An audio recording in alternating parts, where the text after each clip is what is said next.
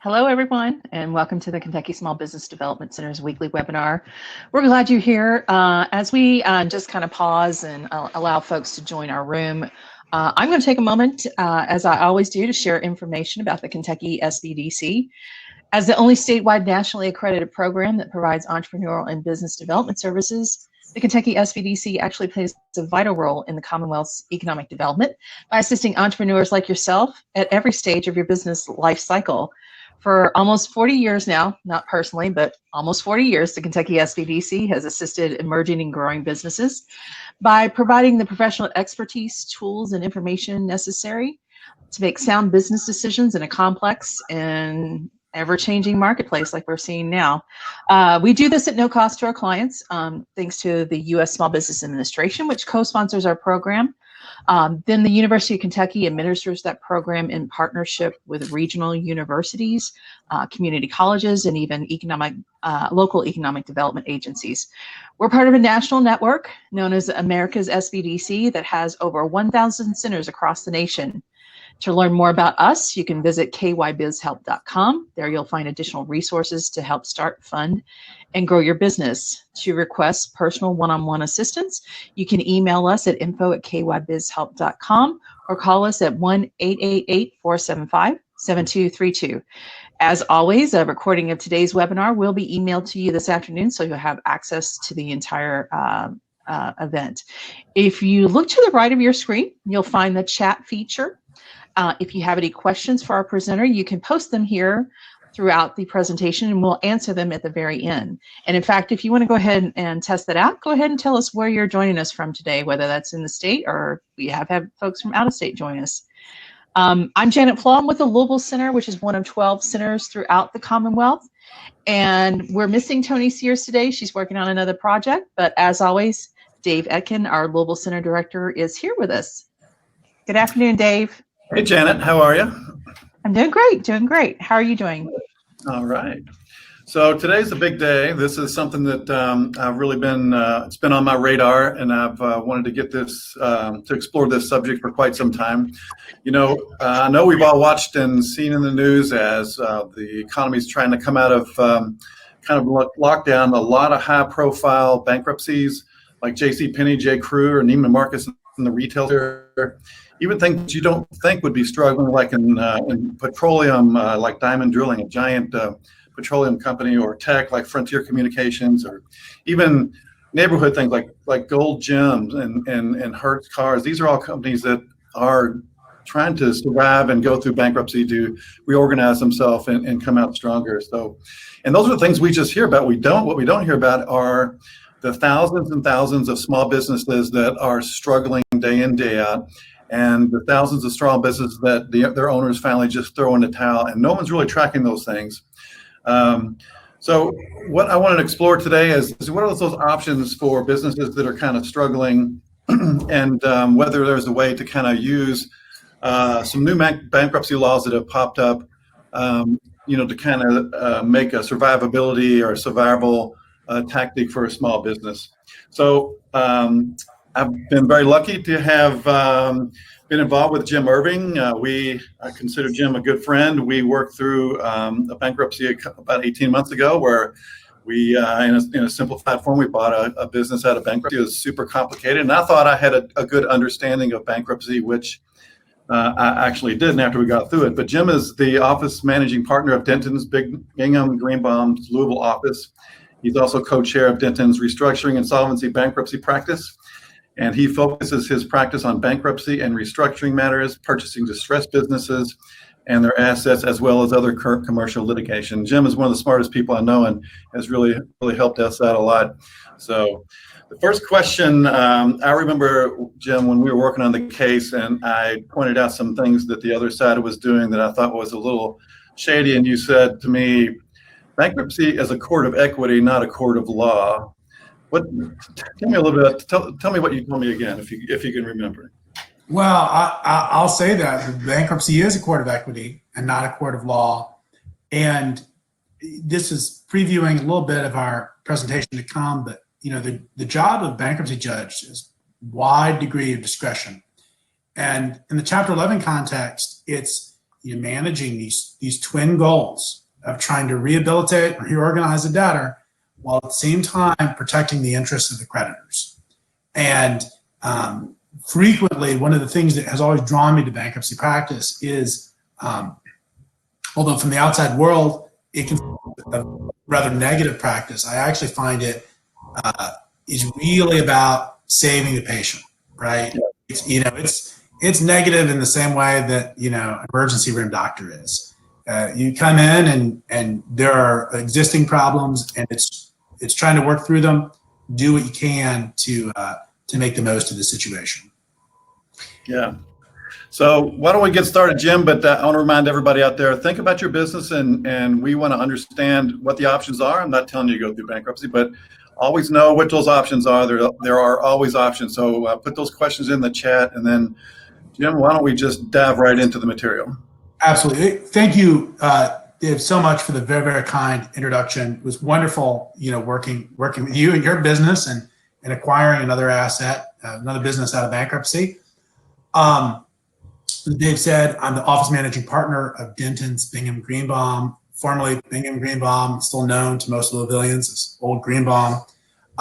We are now the largest law firm in the world with our combination with the Denton's platform earlier this year. And just yesterday just Monday, announced our combination. We now have offices in Utah. So if we have any Salt Lake City needs, we're now in Salt Lake City, as well as most other major centers, and obviously firmly rooted here in the Commonwealth, Indiana, Cincinnati. I'm co-chair of our Restructuring, Insolvency, and Bankruptcy Practice Group, and as I alluded to, Dave, I actually find it to be very constructive practice. It is something where we recognize that there's a problem out there, and it's working collaboratively with a lot of different stakeholders to say, what can we do to try and save this business? What can we do to protect these entrepreneurs, this family-owned business frequently, the employees, their vendors, their customers, their creditors, to get this business through, get everyone paid as much as possible, and try and preserve something. The presentation today, I wanted to just talk through high level where we're at. I'm going to talk about the types of debt and negotiating with creditors, largely outside the bankruptcy context. I'll speak briefly on force majeure clauses, which have come up quite a bit. Those are the kind of act of God type clauses and contracts, many of them leases that you may be seeing. Then I'm going to talk about the chapters of the Bankruptcy Code available to businesses. Chapter 7, liquidation. Chapter 11, reorganization. And Chapter 11's new subchapter 5, which is designed specifically for small businesses. It's new legislation effective in 2020 that was written and approved last year, 2019, before COVID. And the cap has been raised under the CARES Act by Congress this year to make it available to more businesses. So there's going to be some significant discussion there. And then I'll talk a little bit about some strategies, and I'm happy to do question and answer at the end as well. All comments and questions obviously are mine. Speaking for the firm, I'm not giving legal advice for this presentation. Well, let's start off with types of debt and negotiating with creditors. And I'm going to start this at a pretty basic level for people, but these definitions are helpful. I know that many of you are going to be very, very sophisticated with debt renegotiation, refinance, restructuring generally. Some of you are going to be less so. So I'm going to start at a base level, but if you have questions or want to dive in later, let me know. So let's talk about initially the types of debt that people are facing. Secured creditors, that's someone that has a mortgage or a lien on your business's assets. Typically, you're going to think here of your bank. It might be an equipment vendor or another seller that sells products to you that has a purchase money security interest in that collateral, and they don't have a lien on all your assets the way the bank might, but they might have a lien on that particular piece of equipment in your kitchen, that particular piece of equipment in your manufacturing line, or maybe just the vehicle that you're using to support your business. And then there can also be state law claimants, mechanics lien claimants for the workmen that might have improved your property. Theoretically, there can be landlord liens as well. If you're running a business and your landlord might try and put a lien on the product inside a storefront if you're behind on rent. But these secured creditors, they're entitled first or before other unsecured creditors to the proceeds of their collateral. Unsecured creditors are creditors that don't have a security interest in collateral. And I'm going to talk about 3 different types that'll help us in our discussion of the bankruptcy code later. Administrative claims. Those are the claims incurred during a bankruptcy case for administering the case. That can mean attorney's fees, it can mean U.S. trustee fees, and it can mean any cost of operating a business in Chapter 11 after the magic date called the petition date when you actually commence the case. Second are priority claims. Those are claims that the Congress has given special priority to. Employee wages capped at $13,650 right now. Tax claims. We're talking about businesses here, but this would also include child support obligations, etc., if you were an individual. And then general unsecured claims. Those are your basic trade vendors, your landlord, your rent. If they don't have a security interest, they don't have admin priority, they don't have general priority status, they're a general unsecured creditor. And then finally, equity interests. And this is an important concept to remember here too. So many of the clients that I represent are owned by the entrepreneur that started them, or largely owned by that entrepreneur, or they're family businesses that have been in a family for a generation or two. And something that is a difficult concept for owners, but is important to recognize, especially in these times, is that when a business becomes insolvent, either it no longer has enough money to pay its obligations as they come due, or the amount of its obligations exceed the value of the business, the duty that the owners of the business own, the fiduciary duty that they would otherwise own to their other partners in the business, now starts to extend to creditors as well.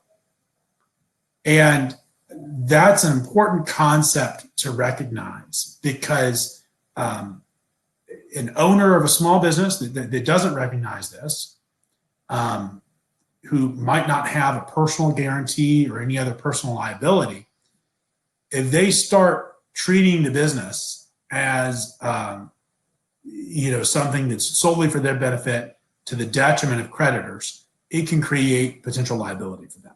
That won't be a major conversation today, but typically that is a conversation that I have early on with clients who are negotiating with creditors, which leads me on to my next slide. And I am doing a bit of a disservice here. There is a plethora of negotiations with creditors and non-bankruptcy workout alternatives for small businesses. Today, we're really focusing more on bankruptcy alternatives, but we need to start with negotiating with creditors. And that can simply be a workout or a refinance with a lender, with a landlord, with an important trade vendor.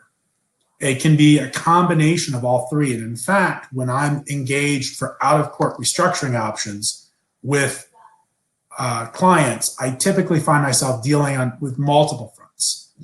You probably need forbearance from your lender, reduced rent from your landlord, and you've got to negotiate for new payment terms with your vendors who are critical to your ongoing business, but who you just can't keep current on 7-day terms. Or maybe you could keep them on current 7-day terms, but you're going to need a strategy for working off that past due arrearage. Negotiate with creditors outside of bankruptcy. Typically, it's done on a contractual basis. There are advantages. The attorney's fees are lower. There's less business interruption. You're not going to get an article in the Courier or Business First or on WFPL if you did a workout with Fifth Third Bank.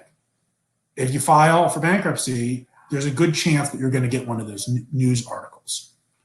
I've found in my experience that those don't have too much of an impact upon a business's revenues or operations. I think in the case that Dave and I spoke with, it was a heavily covered case, and revenue was not impacted by the bankruptcy filing. Customers just didn't care as long as the service was there. But it depends on the type of business. So there's less business interruption when you're negotiating outside bankruptcy. And sometimes you can strike deals that you can't in bankruptcy. One of the things we're going to talk about a little bit later in the presentation is a concept called the absolute priority rule. Going back to the types of creditors and debt that we discussed, secured creditors are paid first or second, depending on the priority of their secured claim, on their collateral. Then administrative claims, priority claims, general unsecured claims, equities at the bottom. Outside of bankruptcy, you can cut through and strike deals with one-off creditors. You can treat one unsecured creditor much more favorably than another. In bankruptcy, that's a lot harder. The equities of the bankruptcy court are going to make all the claims in a particular class treated the same. So with all these advantages of negotiating out of court, logical questions are, why would I ever file for bankruptcy then? The first one, the biggest one that comes up, there's not an automatic stay. When you file for bankruptcy, frequently if you read or hear about bankruptcy, you hear about bankruptcy protection. Bankruptcy protection. Well, what does that mean? It means that immediately upon filing a bankruptcy case, Section 362 of the code puts up an automatic stay to stop all litigation, collection actions against the debtor.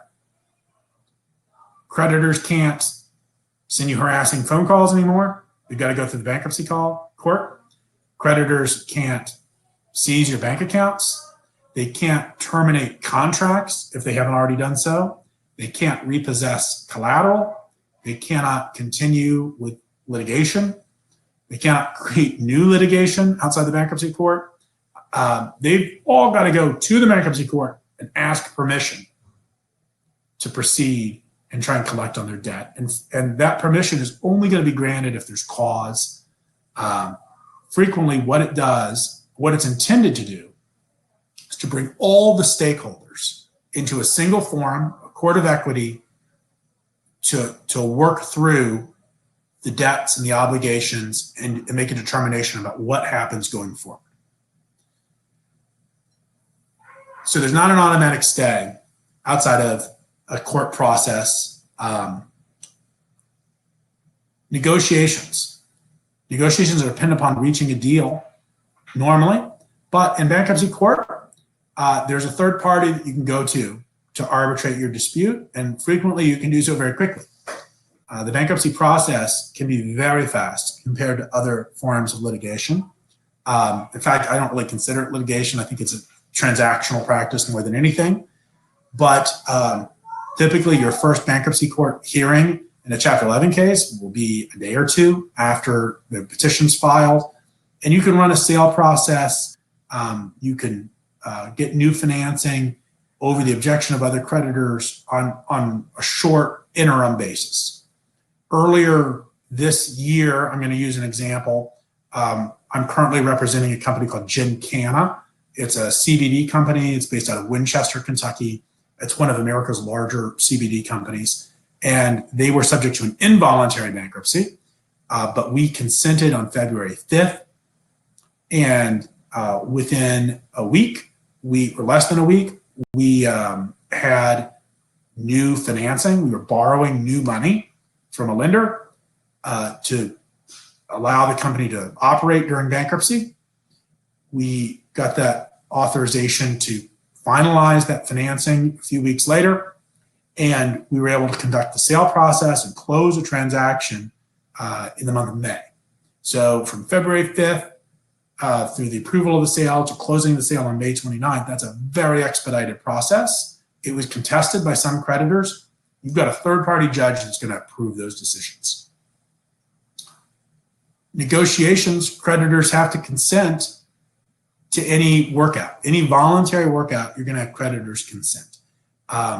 Bankruptcy allows you to move forward without a creditor's consent. More than that, it gives leverage to ultimately give that consent because you can tell the writing is on the wall about what's going to happen. Finally, negotiating with creditors can just be unwieldy. There was a small business, it was an industrial business, it was a second generation up in about halfway between here and Cincinnati, and would have qualified for subchapter 5. We were representing, they probably had $6 or $7 million in debt, but it was owed to lots and lots of vendors.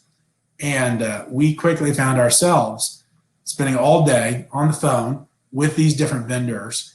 And like the little Dutch boy, you only have so many fingers you can stick in the dike before it collapses. And when you've got a lot of disparate creditors, one or two that are just playing hardball, sometimes you're forced to go to bankruptcy. Even if you might be able to negotiate with a few good ones, you're going to have to get all of them done to avoid bankruptcy or some other process. And I am not discussing today, but there are other options like an assignment for the benefit of creditors, foreclosure, either in state court under the Uniform Commercial Code. That's less a subject of today's presentation, but there are some other options that are available there too. Happy to talk or field questions in the question and answer if you'd like. But I'm trying to keep us focused. One question that, or one side topic that we did want to bring up, Dave mentioned it to me, and I'll say at least half a dozen clients have mentioned it to me because it gets some press, this concept of force majeure. So generally speaking, you negotiate for something, you've got to perform your obligations under contract. You can be liable otherwise. But what force majeure provides is that a contractual provision allocating the risk of loss if performance becomes impossible or impractical. So some of your leases, that's where you see these most frequently, but they're in other documents as well, will say, you've got to continue to pay rent unless there's, some act of God, something happens. It's called a force majeure clause.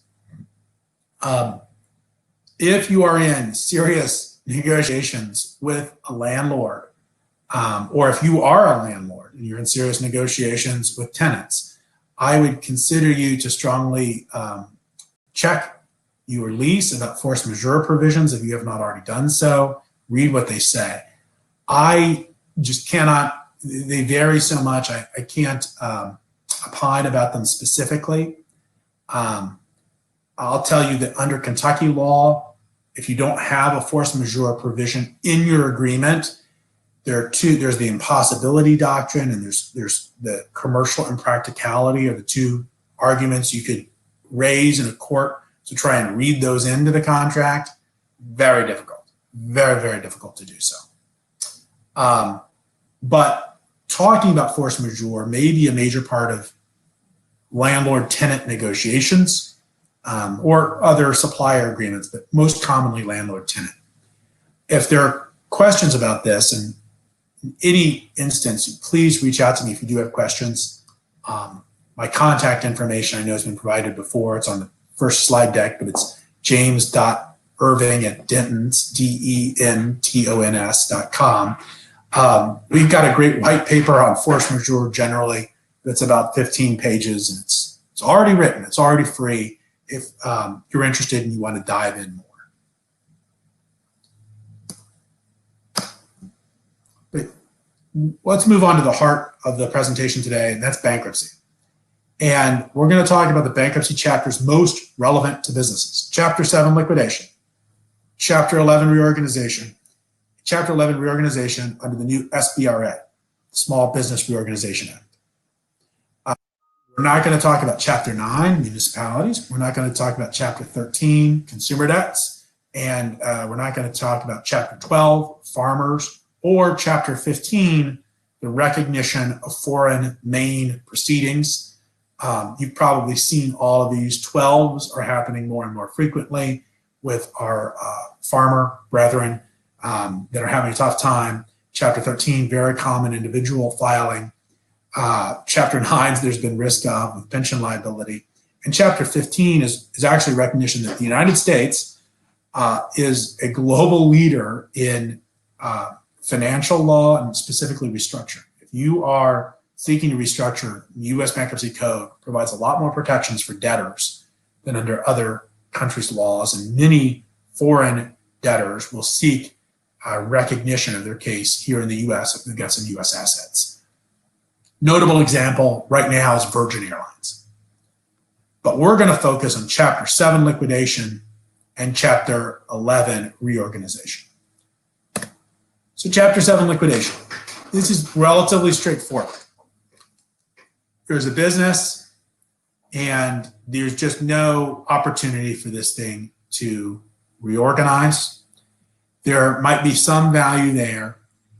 And you could consider, if you only have a bank as your only creditor, going through a foreclosure process.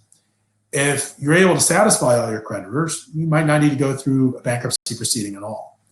But if you have a lot of disparate creditors, there's litigation that's ongoing, if there are some assets to sell, but you know that sale is going to be attacked by one creditor body or another, Chapter 7 becomes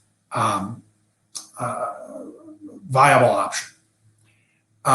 It can be a viable option, but frankly, if there's some core of the business that's worth selling and a buyer wants the bankruptcy court to authorize the sale, make sure that it's sold free and clear of liens, claims, and encumbrances. Dave can speak to that buying an asset through bankruptcy can cleanse it, and it's the best title. I always tell clients, it's the best title you're ever going to get. You have a federal judge that just said, here's this business, here are these assets, and unless you explicitly agreed to something in this document that I'm holding here, nobody can come back on you for what had happened before. So how does the process work? Debtor retains counsel. You fill out a petition. You've got to disclose in your schedules of assets and liabilities and your statement of financial affairs everybody you owe money to, everything you own, recent financial transactions, payments in the 90 days or the year before the case. A Chapter 7 trustee is going to be appointed to identify and liquidate the debtor's business. The Chapter 7 trustees come from a panel of accountants and lawyers that are monitored by the U.S. Trustees Program, which is part of the Department of Justice, and they are experienced professionals. And they're going to look and say, okay, this business maybe owns some real estate, maybe it owns some equipment, it's got accounts receivable that I can collect on, it's got accounts payable, it's got debts I've got to pay, maybe there's a right to sue someone. They're going to look through those things. They're going to try and liquidate all of that into money. They're going to do a brief investigation. And they're going to look at creditors. If there's money available, creditors can file claims. And here the principle of the debtor should anticipate the need to be cooperative and the need to be fully transparent. The frequent bankruptcy phrase that I've always heard is the open kimono, that when you're in bankruptcy, you're just going to have to disclose. And that's something that business owners need to understand and accept going in. Because filing Chapter 7 or even Chapter 11, if you're going in and you think, I'm not going to have to tell the world about what my balance sheet looks like, transfers that I made before the bankruptcy case started, the financial details of my business, bankruptcy is not going to work. So Chapter 11, we're now really in the meat of what we're talking about. How do I save my business? I don't want to close it. I don't want to liquidate it. I believe in it. Well, Chapter 11, and forgive me for the danger of including long quotes on a PowerPoint slide, but I think they're really relevant. These are some U.S. Supreme Court cases. It is, the ultimate goal here is to transform a business to a new operating model to prepare it for future success.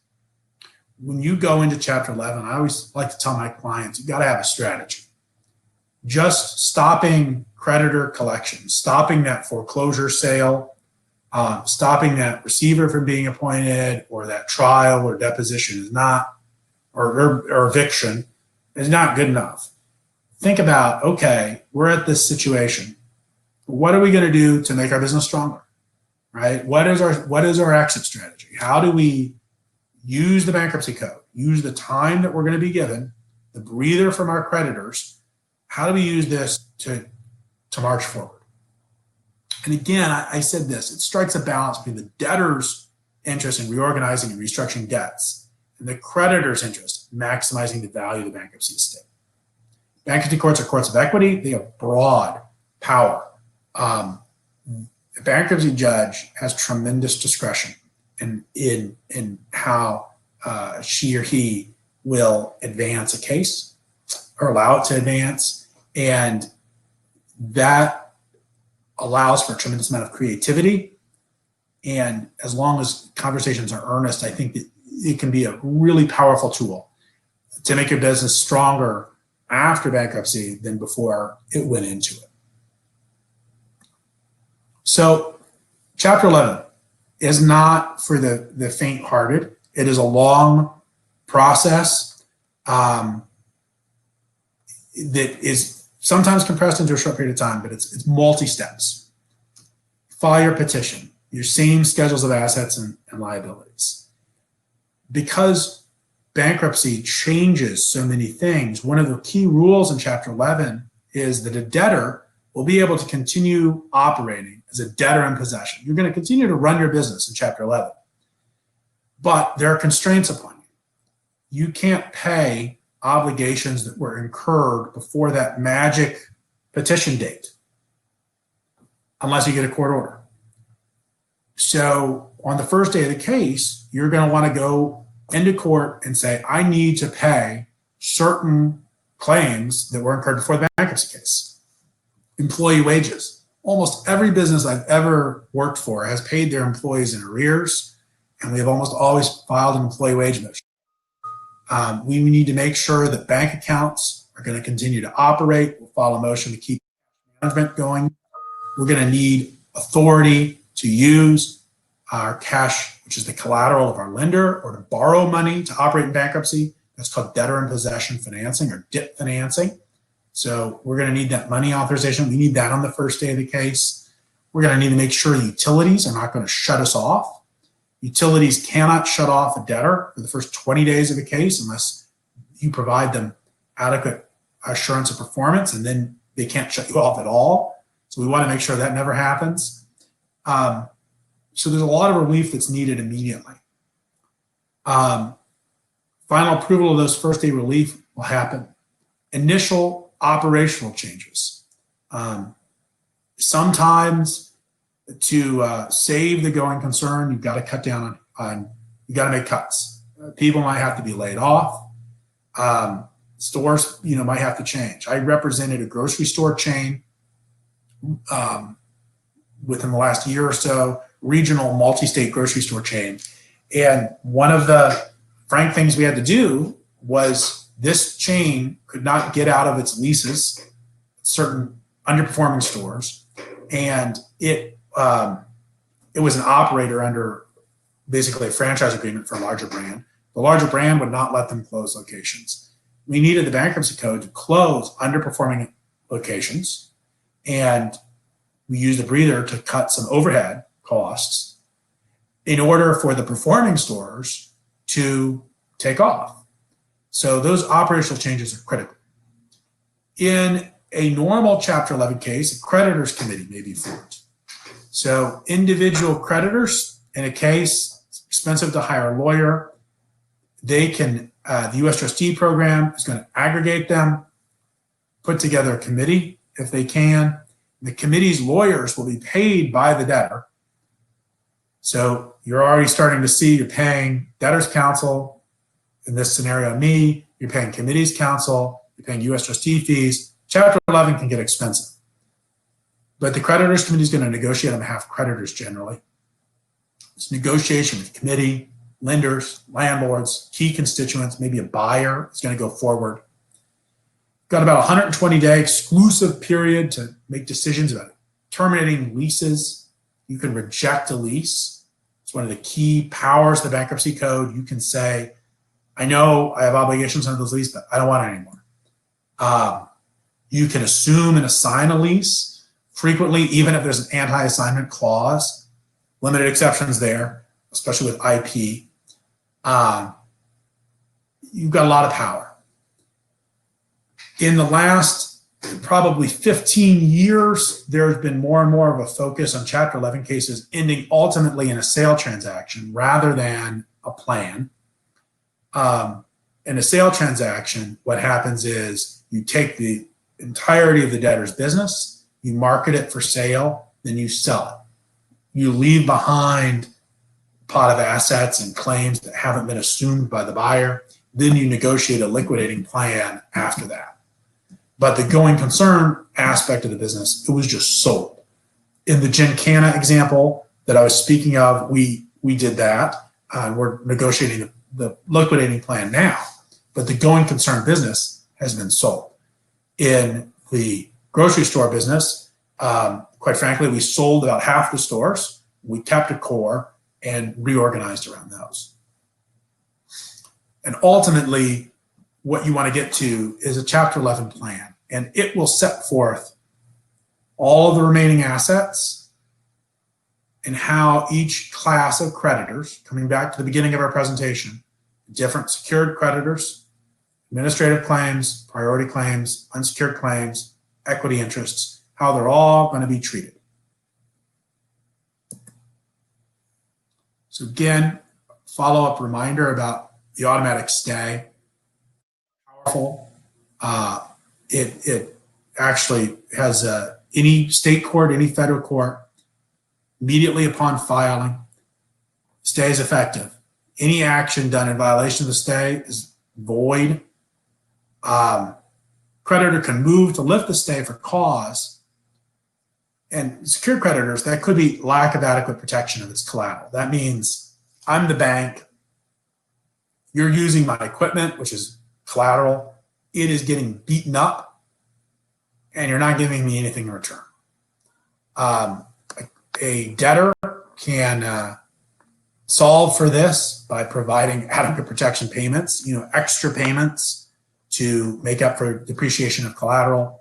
But that can be an issue that comes up. But frequently it's hard for a creditor to modify the automatic stay early in a case. Debtors are going to have breathing room to reorganize in almost all instances, absent bad faith. Cash collateral and debtor in possession financing. The most critical issue early in a case. A debtor in Chapter 11 is a debtor in possession. It is an operating business. But your cash needs are critical. That means that if there's a lender that has a lien on your cash, which is almost every case I've ever been involved in, you're going to need to get authority from the court and a budget to use that cash collateral during the case. And it may, probably about half the cases I'm involved in, a debtor needs to borrow more money. There are existing lenders and there's a specialty class of debt lenders like to lend to debtors in bankruptcy case because you can get great protections. You can get good rates from a lender's perspective. And those lenders or strategic investors or existing lenders, their new financing needs to be approved by the court. So there are a number of notes here about how this might go back and forth, but really what it comes down to is you start talking about the timing of your case, your cash needs, and you're almost immediately working on really balance sheet issues. Executory contracts and unexpired leases. That can be a major driver of filing a bankruptcy case. I used my grocery store recent success as an example. There's a lease that you don't want that is an anchor around your business. Section 365 of the Bankruptcy Code provides that you can assume and assign or reject a lease or an executory contract. Executory contract is any contract, material performance due on both sides. So rent is or landlord lease is an obvious example. One party stays in the property, the other party pays rent. It's due and owing on both sides. But it can be true just as much for the sale of goods, a supply agreement. I'm going to continue to supply on X, X number of widgets, and you're going to pay Y dollars, executory contract. There are limitations on rejecting executory contracts in certain instances, but generally it's possible, and it's generally possible to assume and assign them, even if there's an anti-assignment clause. Sometimes, in fact, I would expect that almost everyone on this call that has a business will have a contract that's executory or a lease, and it's going to have a provision that says if you file for bankruptcy, you have defaulted under the terms of your lease, and this is void, and I kick you out right away. Those are called ipso facto clauses. The old Latin, because of this, that, and they are non-enforceable. They are strictly, clearly not enforceable. They survive on as zombie additions because lawyers cut and paste, and it seemingly creates negotiating power, but they are not enforceable. There are some special rules about non-residential real estate leases, equipment leases, and intellectual property leases about assumption and assignment. If you assume an agreement, you've got to cure.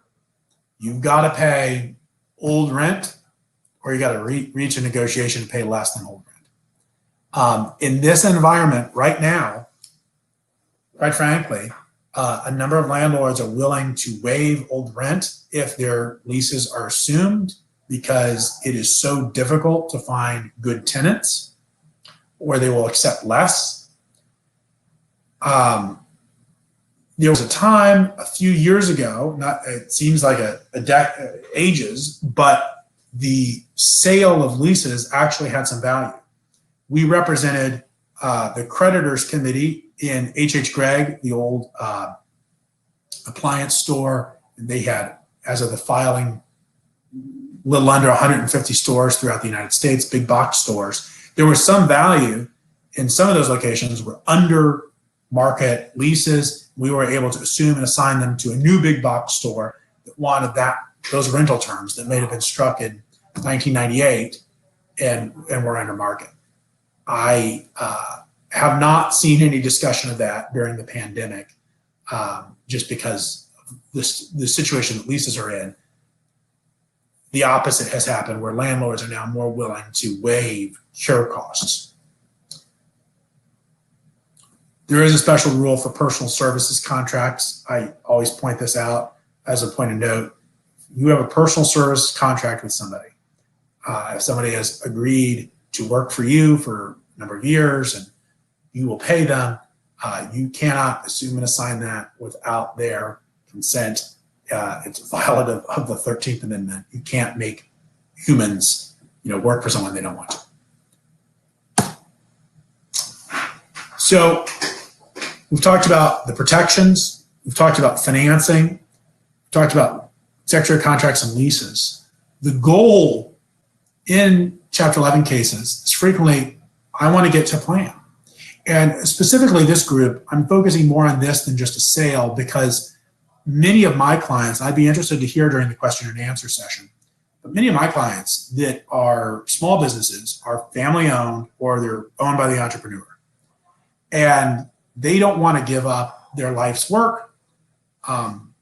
So much is invested in it. I understand that entirely. Although I'm at the largest law firm in the world, I'm very invested in my office, right? That I own equity in, right? That's my small business. And it's so important that you may not want to sell. You want to restructure your debt. So if you're restructuring your debt under Chapter 11, you've got to confirm a plan of reorganization.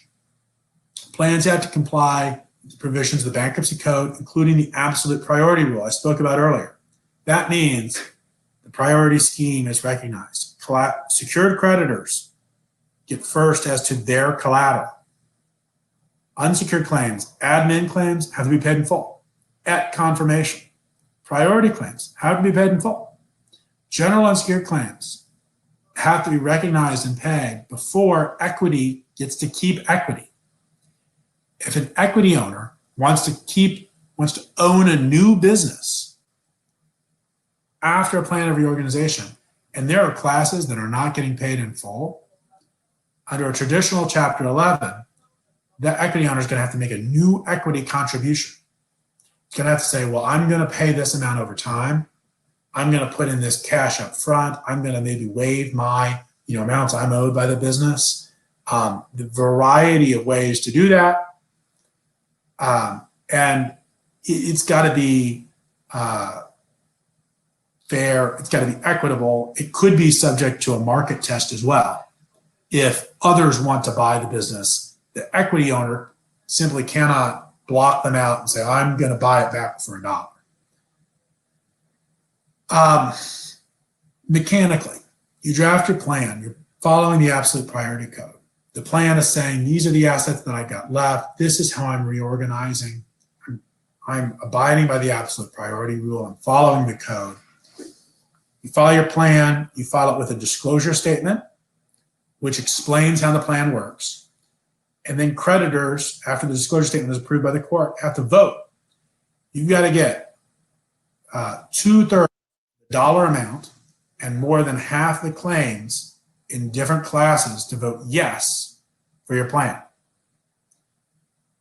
You have to have at least one impaired accepting class. And that means that you've got to have a class of creditors that are not getting paid in full. They're not getting everything they otherwise would, that at least 2/3 in dollar amount, 1/2 of claims actually voted, will say, I think this is, given the circumstances, this is the best that can be done. I'm voting in favor of this. Then, if there's any particular class that's not approving and not being paid in full, you have to cram them down. And cram down, with a secured lender context, it can mean stretching out payments over time, reducing payments to current value of collateral, other modifications. It is hard. It is, especially with lenders, it is a very difficult fight. Frequently, what bankruptcy does is it sets the stage for a negotiation and trying to work through these issues. There are instances where I have crammed down a secured lender entirely against their will, but rather what happens is during the bankruptcy process, I find it much more productive. You start to realize, okay, these creditors are supporting me. This creditor body is less supportive. What facts, what financial changes, what negotiations can we make to get everyone satisfied enough as a going forward concern? So we've talked about the old bankruptcy. Let's talk about subchapter 5. Last year, Congress recognized that bankruptcy is too darn expensive.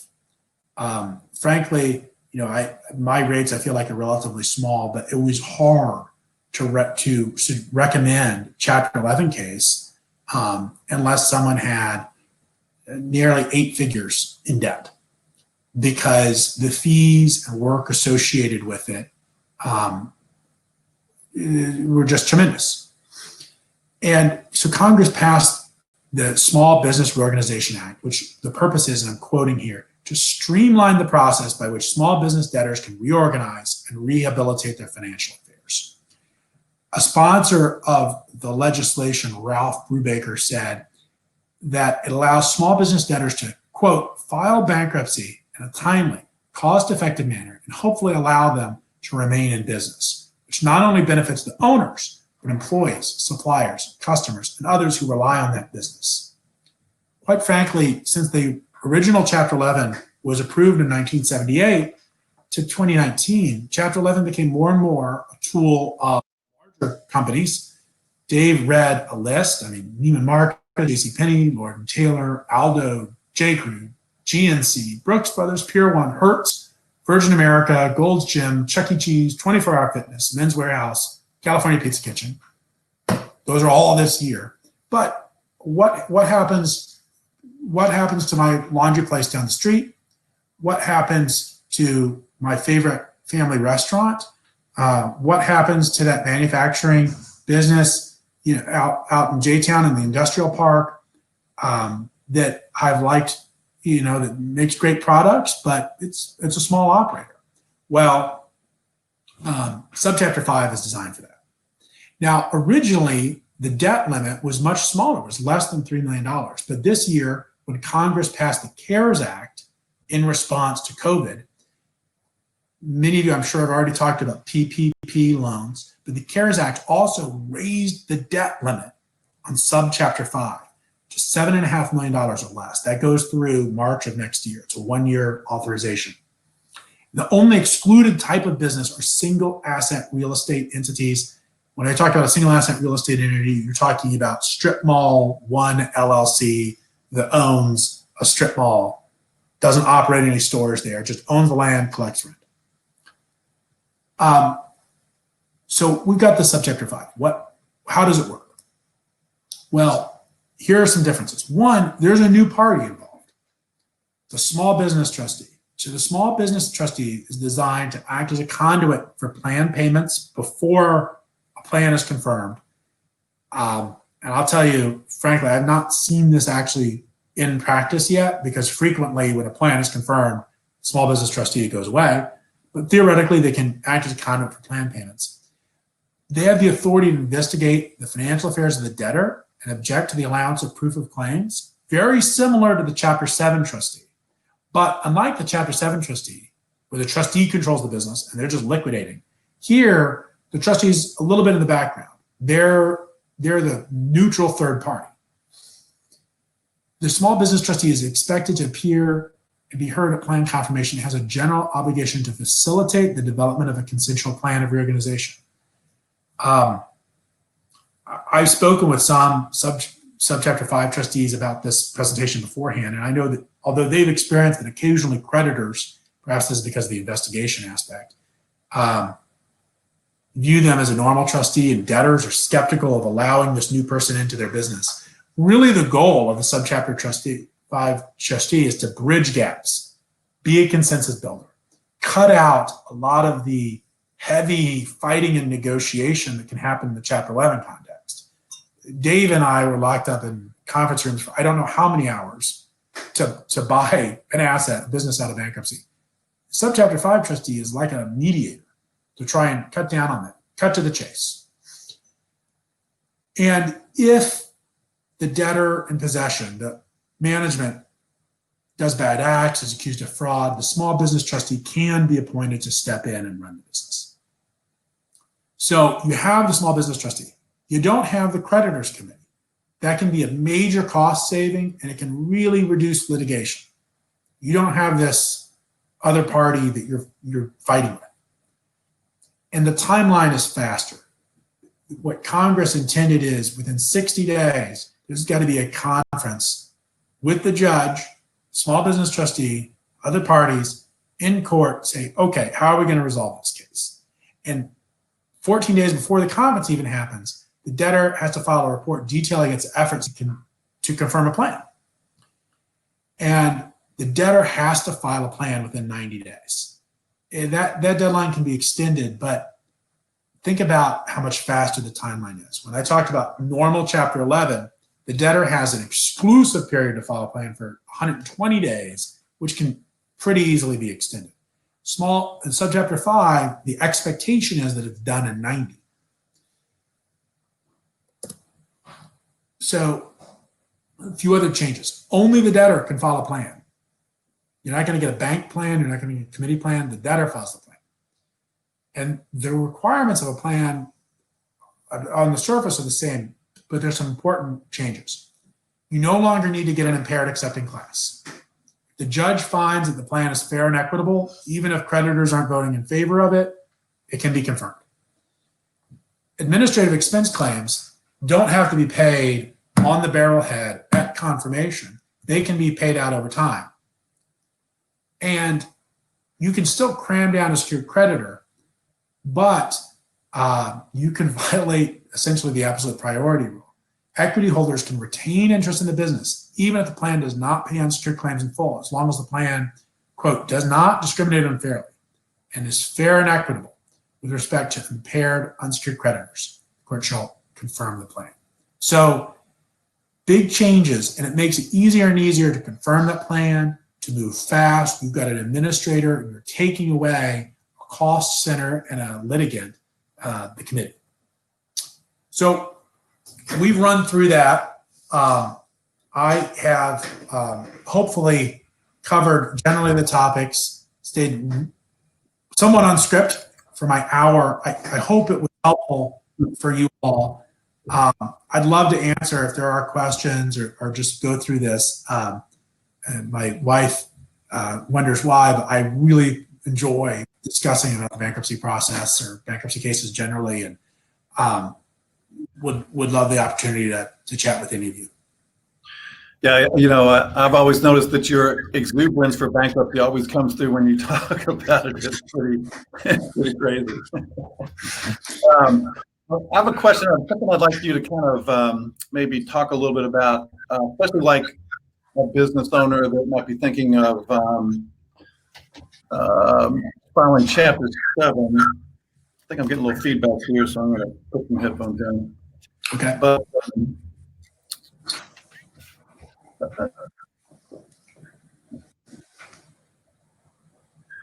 so especially like if a business owner just looks at all their debts and they think, I'm just going to walk away from this, I'm just going to file Chapter 7 and be done with it. Some danger to that business owner by what they do prior to filing and even after the fact from the trustee. Absolutely. So where I see this with the business owner, you've got really three risks, right? Risk number one is personal guarantees. Has the small business owner with their lender signed a personal guarantee and said, okay, I'm going to make the bank whole if the borrower, the business, isn't able to. You pick on the lender, but I've seen landlord guarantees, I've seen vendor guarantees as well. Kentucky has some really pro debtor guarantor laws. You've got a really specific guarantee. Encourage attorney to look at that. But one is a guarantee. Two, and this is the one that probably trips people up the most, is because they don't expect it. They know about the guarantee. The second one is preferential payments or fraudulent transfers. And when I say fraudulent, the bankruptcy code still calls them fraudulent transfers. Kentucky state law now calls them just avoidable transfers. But if a business is insolvent and it transfers assets during the 2 years before the commencement of a bankruptcy case, that transfer can be clawed back by the trustee as constructively fraudulent. It doesn't mean there was actually intent to defraud. The scenario here is the business is failing. I'll use a very specific example.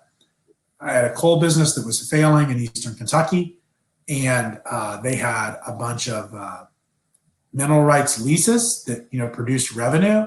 So the old man it was hard to pay creditors. He knew this thing was going to fail. He said, "All right, I'm giving this to cousin Kathy. This is going to cousin Doug, and I'm going to sell them all." Well, that's an avoidable transfer. It was transferred for less than reasonably equivalent value.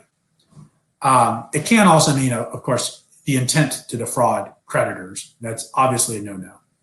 And then the third one I mentioned slightly is breach of fiduciary duty to creditors. If you are running a business and you know it's insolvent, and you're racking up more debt for whatever personal reason to the detriment of your creditors, you could be held liable for that. There is not any conclusion, but I'll tell you right now that in the Toys R Us case, there were some allegations of that where Toys, slightly different, filed for bankruptcy in the fall. Their big Christmas season, they just absolutely tanked performance. Worse than any projection. And then in January, they just bought a bunch of stuff. They went on a buying spree with all their vendors. And then in the end of January, they have to disclose their old financials. And it was like, wow, this case is now administratively insolvent. And all this new collateral you bought is going to go pay off your lenders. And it seems as if you, the directors and officers of this business, did not do the right thing. You have reached your duty. You have put more of your debt on me, the vendor, for trying to sell to you. That's harder to prove, but it's easy to allege. So those are the three types of things. You got to worry about those. If you're going to do Chapter 7, all of those, and you got to own up to the fact you're going to have to make some serious disclosures. But for many of the clients that I have, I'll talk about one that was up in Northern Kentucky, small business. It was just the relief of this business had not been working for a year and a half. This guy was really talented. And it's just owning up to the fact, like, this is not working anymore. And rather than sinking all of my energy, all of my life into this business that's not going to work, I need to shut it down. Third-party trustees in charge, they're going to look at the assets. I know I have a clean conscience. I haven't taken anything. I just lost all my investment. But the Chapter 7 trustee, the automatic stay is going to go up. Everybody's going to stop calling me. If there's a guarantee, I've got to live with it. But if not, I don't. And now I can go off. I can do new things. I can start this over again. It can be a relief in that instance. Nice. Janet, you got a question for us off the chat? Yeah, sorry about that. I'll let everyone know that we've got questions that are coming in as private questions, and so we're not going to share any names that these are attached to. Also, want folks to know that as we ask these will probably have come in at earlier parts of the presentation, and so we may have covered them, but we're going to ask these anyway in case folks joined us later or that sort of thing. So one of the questions or comments that came in early, and I think this probably relates to what you were just talking about, lack of fiduciary responsibility. This question was, why are distressed companies permitted to make large one-time bonuses to executives immediately before bankruptcy filing? Seems unfair that the management team that mismanaged were able to be granted special treatment in the process. Yeah, I mean, that's a big sore spot, and I can understand that entirely. So if they make big payments before bankruptcy, they have to be disclosed, and they can be subject to clawback potentially by a litigation trustee, by the debtor in possession themselves. Sometimes in a larger Chapter 11 case, the committee will get standing to pursue those kinds of claims on behalf of the unsecured creditors. Quite frankly, how frequently are those pursued to success? It's difficult. And in fact, what you'll see in a lot of larger bankruptcy cases are these things called keeps and KERPs. And a keep is a key employee incentive program, and a KERP is a key employee retention program. And they are controversial and they're frequently litigated. So we represent the creditors committee in Hartshorn Mining It's a coal mine. It's here in Western Kentucky. And there was absolutely some litigation about a keep. And, the question, you're paying bonuses to employees of a debtor. The employees are designed by the debtor. So, like so much, management is getting more than the rank and file. And are the incentives really driving value for the company or not? Are they reasonable or not? Judge Fulton here in Louisville really scrutinized those. We represented a committee in Dura Automotive. It's an automotive manufacturing company based throughout Europe and North America and Asia. And we represent a committee in Delaware and very hotly contested. I don't love keeps. I don't like CURPs. I don't like big payments to executives before the bankruptcy either. Always, if you don't pay these, the CFO, the GC, somebody like that is walking. And this case will become a mess. I have more colorful euphemisms, but when those for the bankruptcy case, it creates a mess. It can destroy the value of the business. Quite frankly, we're trying to sell it. Okay, so we're going to move into like a couple of more specific personal questions here. So someone had asked is if you have signed a personal guarantee for a loan, how is that handled? Yeah, so I'll use an example from two other cases. I represented a recycling business in Atlanta. It was a subsidiary of a Southern Indiana-based recycling company in bankruptcy. Their Georgia affiliate just was not doing well. It was a plastics recycler. They lost their Coke exclusive deal. And then the price of oil, when oil gets cheap, that's good, that's good for drivers. But the comparative price between a recycled plastic bottle and what's called virgin plastic, recycled becomes more. So Coke kicked the contract. They had to file, but they guaranteed the lease, right? And we rejected the contract in bankruptcy case. The principals had full liability for the lease. What we did was try and negotiate a discounted amount by saying, okay, you don't have to sue us, but the debtor, you're getting a rejection damages claim from the debtor. You're going to get paid, 15 cents on the dollar for the term of your lease there. You, the landlord, this was a couple of years ago, so times were good. You've got an obligation to release the property. The industrial property, commercial warehouse property is still pretty hot right now. And residential it's the commercial real estate that's rough, or the retail. But you've got an obligation to release, so you're going to have to release in like a year and a half anyways. So we really only owe you like 85% for the next year, not the millions of dollars that you think you're owed. And I'll pay you 75% for the next year if you'll just go away. You just try and negotiate it from there. Sometimes those negotiations work great. Sometimes they don't. It is a frequent spot. I'll use another example. We were really successful on in a grocery store case that was pending in the Southern District of Indiana. Same situation with a lease that we had rejected for a store.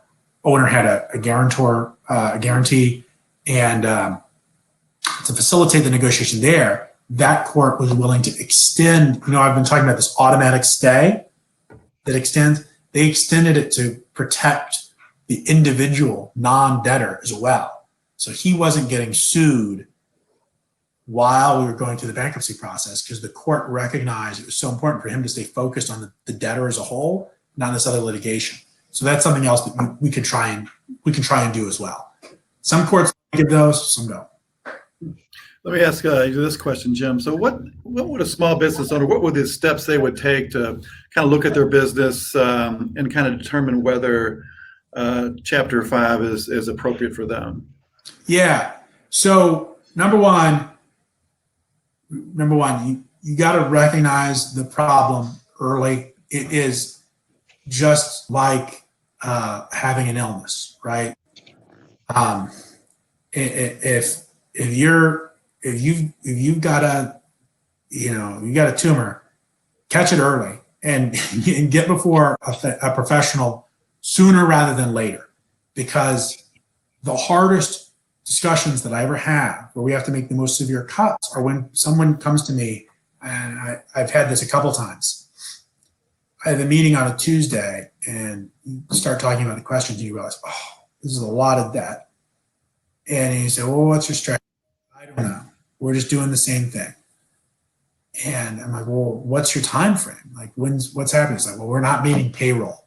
It polls on Thursday. We're going to bounce payroll. Oh, we got 48 hours. So recognize problems early. Think about solutions and what would solve your problem. Is it COVID? Is it the lease that you have?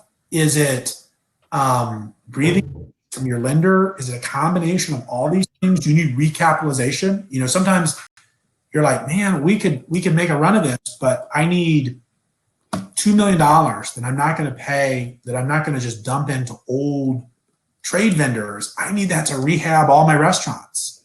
I got to, this Tex-Mex restaurant has to get fresh.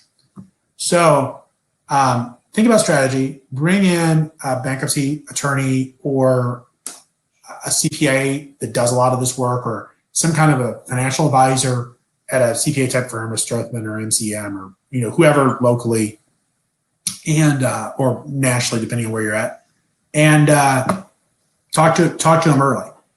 We'll walk through the options, and I think we can get a pretty decent description of what you need to do. Yeah. So would there be a discussion, especially like in smaller businesses, would you have to coordinate just because of the intertwining of the business owner and the business, a business bankruptcy and a personal bankruptcy at the same time? Sometimes. Well, one of the things, for my examples, I'm normally not the bank. I normally represent three parties. I represent buyers of assets. Okay. I represent debtors, and I represent a lot of creditors committees. I do other stuff too, but those are the ones I do the most. When I represent a debtor, I always make it really clear I am the debtor's lawyer. I represent the business, and I encourage strongly principals, especially if they've got guarantees or they want to buy the business back, to retain separate counsel. And I know a lot of people that are on my quick dial list for separate counsel that are great at stepping in and assisting me on those issues. But I'm in a plan negotiation right now. And, the plan has 8 terms that the creditor wants. Well, 6 of them are fine. But, one of them is I want a second mortgage on the principal's house. And I want a signed under penalty of perjury affidavit about all of the principal's assets and liabilities and where they're at. I can't advise. As the debtor, I want to get the deal done because then I can pay all the creditors. Principal needs somebody who's looking out for numero uno. And the best way that I think I can be ethical is to own that going in, own that on the call, and make sure that the principal understands it, and make sure that there are some really good solo practitioners that have low rates. So you're not paying double for the same thing, but who can drop in and provide meaningful advice on those topics for that person. All right. Janet, you got a question? Yeah. So there's a lot of businesses that are just kind of dead in the water, like live entertainment. Obviously, continuously racking up debt. You kind of alluded to that, to kind of take a look at, whether you're paying for a lease or if you have employees that maybe you need to let go. So, what are your some advice for those type of businesses that just continuously to acquire debt with absolutely no income at this point? yeah, what do you do, right? I think it's tough. I feel for those venues. I feel for those event planners so much. There are a couple options. One of them is that many landlords have been pretty accommodating about forbearance agreements and things like that, and some lenders have been too. I've gotten the sense, though, that patience has started to wear thin around now, right? If not last month. Everything was cool through April, May, people, and as the summer went along, I think forbearances and rent-free months got harder and harder. You could talk with those parties, and I think if you can negotiate something out of court, negotiate something out of court. I always, if I can work my way out of bankruptcy, that's good. But if that's not happening, I think you need to have a very realistic assessment about where is your business, how long is this sustainable, and really chart what your options are. One of them has to be closing. One of them has to be do nothing. And I think, subchapter 5, creditor negotiations, there's, some variation in the middle. I recommend to clients that they establish timelines for themselves and their decision-making process, because otherwise it's always easy to say, oh, well, something will happen around the next turn, that'll be out there. I advised a client back in early April who had a similarly impacted business, and I remember they told me, don't worry, May is going to be gangbusters for us because this will all be over and people want to go out. I'm not criticizing that person, but hindsight's 2020, right? Clearly that didn't happen. So you got to set deadlines for yourself, or you're going to waste time and resources. You're going to get deeper in the hole. And once you make decisions, I think transparency, disclosure, and being open and frank with your stakeholders is really important. One of the things I love about small businesses is that 90% of the small businesses I represent, they're really great with their employees. They feel like their employees are, we're arm in arm in this together, right? Think about the kinds of conversations you want to have with them to kind of let them know what's going on. Your creditors and your vendors, a lot of them are in the same shape too. There are other small businesses themselves. That cleaning company, they're depending on that contract as well. That the grocery store chain. There were these guys that sold them tortilla chips. I love those guys because they're the same kind of company that we are. And if you're open and you're candid and you're frank, and you talk about it, I think there are options. Subchapter 5 is intended to make this work. You've got some assets and some going concern value, but also keep on the table if there's nothing core to save other than the people and the ability to restart something later. Maybe you shut it down and you sit it out, for a bit if you don't have any other options. Wow, thank you. Well, Jim, we're getting a little bit late here, so I know you got another appointment you got to get to, so I hate to hold you up any longer, but thanks for being here with us today. This was a really great topic. I'd like to encourage everyone out there watching to reach out to Jim if you have any other questions or if you think he can help you. You will also get a recording of this later on today or maybe tomorrow, so you can watch it as many times as you like. We encourage that, all right? So, Jim, I hope you come back again soon. Well, hopefully we don't need your services too much, but I think you're a great resource for anybody. I really appreciate you being here today. It was wonderful talking talking to you all. If anybody wants to reach out, I love talking about the subject and would be happy to do so for free for a while. And, I wish you all the best of luck. There are a lot of small businesses I've worked at, and I'm technically the owner of, I think we're still a small business here in Louisville. And let's get through this today and have a better future tomorrow. Yeah, thank you. Thank you, Janet. Thank you, guys. Have a good afternoon. Bye, everybody. Bye.